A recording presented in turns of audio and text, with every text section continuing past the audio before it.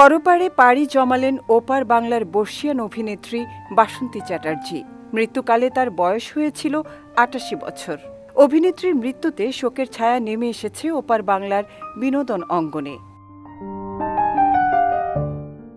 ভারতীয় গণমাধ্যমের এক প্রতিবেদন থেকে জানা গেছে, পেটের ক্যান্সার, হৃদযন্ত্রে পেসমেকার বসানো, একটি কিডনি অচল সহ নানাবিধ শারীরিক জটিলতায় দীর্ঘদিন ধরে ভুগছিলেন তিনি। গত ৬ মাস ধরে শয্যাশায়ী অবস্থায় থেকে অবশেষে ১২ আগস্ট রাতে না ফেরার দেশে চলে গেলেন বর্ষিয়ান এই তারকা। প্রায় ৭ দশকের অভিনয় জীবনে বাসন্তী চ্যাটার্জি ছিলেন মঞ্চ, সিনেমা ও টেলিভিশনের পরিচিত মুখ। উত্তম কুমার, সুচিত্রা সেন, ছবি বিশ্বাসের মতো কিংবদন্তিদের সঙ্গেও তিনি কাজ করেছেন। মূলত থিয়েটার দিয়ে অভিনয় জীবন শুরু হয়েছিল বাসন্তী চ্যাটার্জির। পরে তিনি সিনেমা এবং ধারাবাহিকে অভিনয় করে নিজের অবস্থান পোক্ত করেন।